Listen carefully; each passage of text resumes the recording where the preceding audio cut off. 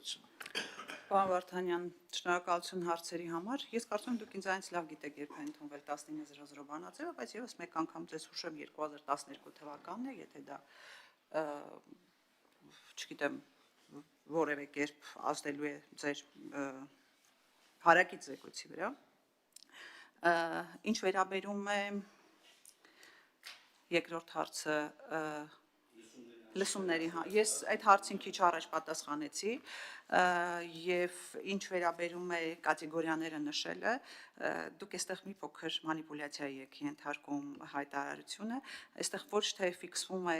թե որ կատեգորիայի անձիկ պետք է լինեն արտոնյալ եւ իրենց նկատմամբ չի կարող ենթարկվել քրեական հետապնդում եւ այլն, այլ այստեղ հիշատակվում են այն կատեգորիաների ներկայացուցիչները, ովքեր այս պահին ենթարկվում են քաղաքական հետապնդման եւ իրենց կարգավիճակով համապատասխանում են քաղբանտարկյալի կարգավիճակին։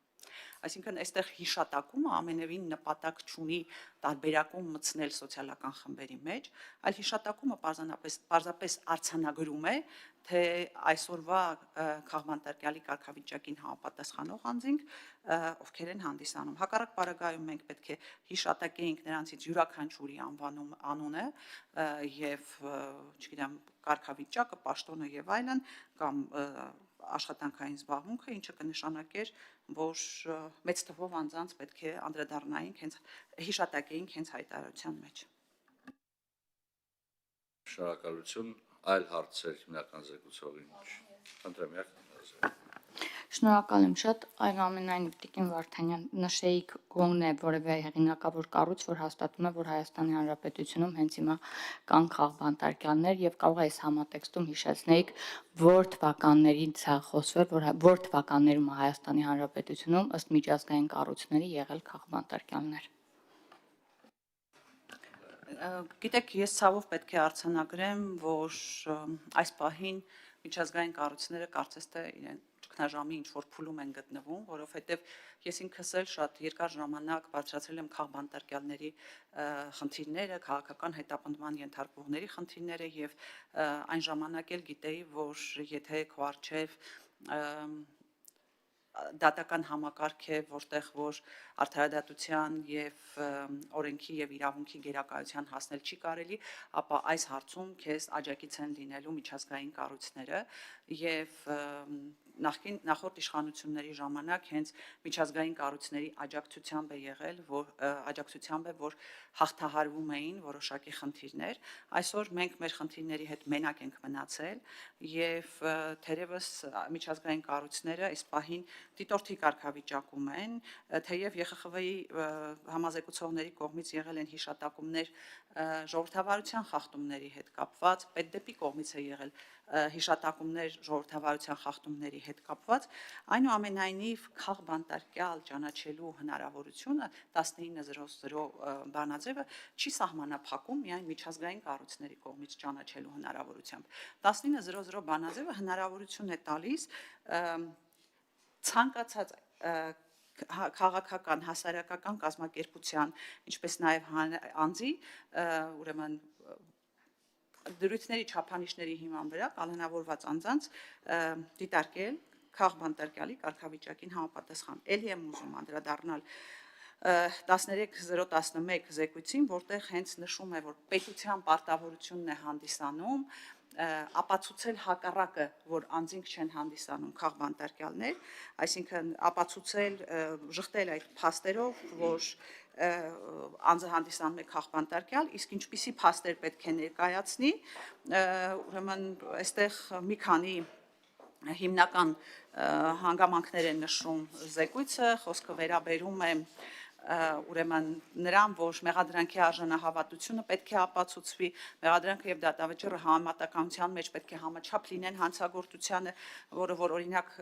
Միքայել Սրբազանի դեպքում խիստ կասկածի առարկա է դառնում, անձը խտրական կերպով չպետք է կալանավորված լինի այլ անձանց հետ եւ արդար դատավարությունը պետք է որ ապացուցված լինի, ինչը էլի անկախ դիտորդի մոտ խիստ կասկածներ է թողում։ Արձագանքում եք Երազե։ Շնորհակալ եմ շատ։ Տիկին Վարդան, տեսեք, դուք հնչեցնում եք ձեր կարծիքը, հղում անելով նաև արդար դիտորդին, որ կասկածներ է հարուցում, բայց այս դեպքում պետք է հարցանագրենք, որ այս պահի դրությամբ որևէ փաստական հիմք չկա այդ մարդկանց համարել քաղբանտարկյալներ։ Բացի այդ հիշեցնեմ ձեզ, որ քաղբանտարկյալներ հիմնականում Հայաստանում եղել են 2008 թվականի մարտի 1-ից հետո ամենաշատ այդ ժամանակ է խոսվել քաղբանտարկյալների արկայության վերաբերյալ եւ վերջում էլ միեդի որոշումը բոլորիդ արդեն ծանոթ է, որ զոհերի մեծ մասի դեպքում Հայաստանը խախտել է նրանց հենց կյանքի իրավունքը, այսինքն այս դեպքում թույլ տվեք ասել, որ այսպես դիմահար կրակով այն ժամանակա եղել հետընթաց ժողովրդավարությունից, երբ որ ոչ միայն սպանվեցին մարդիկ Հայաստանի Հանրապետությունում, Երևանի կենտրոնում, այլ սպանվեց նաև ժողովրդավարությունը, խոսքի ազատությունը, կամքի ու խղճի ազատությունը։ Այդ ժամանակ է եղել ժողովրդավարական հետընթաց Հայաստանի Հանրապետությունում։ Բայց պետք է նշեմ, որ նախորդ նիստերից մեկում էլ նույն նմանատիպ ճգնաժամային իրավիճակների մասին խոսելիս հայտարարություններ բերել նաև Մամիջանյանը եւ այնքան հետարքիր այսպես ուղիղ գիծ եմ տեսնում այս երկու հայտարարությունների մեջ։ Մամիջանյանը կարծես ամբողջությամբ նկարագրում էր Սերժ Սարգսյանի կառավարման տարիների վերաբերյալ այն ճգնաժամը, որի հիմքով տեղի ունեցավ հեղափոխությունը, հիմա նույն տրամաբանությամբ դուք եք բերել այս հայտարարությանը, դա էլ իմ անձնական կարծիքն է, շնորհակալ եմ։ Ես ցավոք սրտի պետք է արձանագրեմ, որ մենք ցանկացած քննարկում էլի տանում ենք ներկա նախկին այս խոսույթի շրջան, այսինքն դες ասում ենք այս պահին արկա են քաղբանտարկյալներ, ասում ենք քաղբանտարկյալները նախկինում են, այո, նախկինում խնդիրներ եղել են, որը մեկը չի կարող դա հերքել եւ դրա մասին ես ինքս էլ բազմաթիվ անգամներ խոսել եմ, բայց մենք այսօր քննարկում ենք այսօրվա արկա իրավիճակը, այսօր են մարդիկ բանտերում գտնվում։ Նախկիններում երբևէ 3 arczepiskopos կամ 2 arczepiskopos եւ 1 եպիսկոպոս բանտարկված չի եղել։ Ինչ վերաբերում է թե ուրեմն չենք ապացուցում, որ քաղբանտարկյալ են, մենք չպետք է ապացուցենք, որ իրենք քաղբանտարկյալ են։ Իշխանությունները, պետությունը պետք է ապացուցի, որ նրանք քաղբանտարկյալ չեն հանդիսանում։ Բարբերաբար ասում են, այս մարդիկ քրեական հոդվածներով դատապարտող մարդիկ են։ Եկեք պետք է խնդրեմ մի փոքրիկ ձայնագրություն միացնեմ, այս ձայնագրությունից հետո շարունակեմ խոսքս, հա։ Համար ուղղակի մի դիտարկում խորհրդային միության ժամանակներում է բոլոր քաղբանտարկյալներին դատել են խորհրդային միության քրեական օրենսգրքի հոդվածներով։ Այսինքն երբեք որևէ երկրում քաղաքական բանտարկյալների դատավարության օրենսգիր կամ քաղաքական հանցագործությունների օրենսգիր գոյություն չունի։ Բոլոր երկրներում էլ դատվում են քաղաքական բանտարկյալները քրեական հոդվածներով եւ այսօր էլ Հայաստանի իշխող կուսակցության բազմաթիվ հիմնադիր անդամներ դատապարտվել են խորհրդային միության քրեական օրենսգրքով նախատեսված հոդվածներով եւ այսինքն այս միակ դեպքն է երևի թե որ ես համաձայն եմ ձեր քաղաքական կուսակցության առաջնորդի հետ, որովհետեւ քաղաքական հետապնդման ենթարկվողները եւ քաղաքական դրդապատճառներով կալանավորվածները դատապարտվում են քրեական օրենսգրքով։ Այո, չկա որևէ այլ քաղաքական օրենսգիր, քաղաքական հանցագործությունների, քաղաքական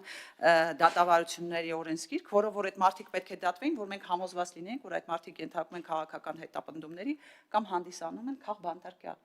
Բոլոր ժամանակներում այդպես է եղել եւ ձեր ժամանակ էլ է այդպես։ Այլ հարցեր Գին Վարդանի, խնդրեմ Տիկին Քլոյան։ Այ,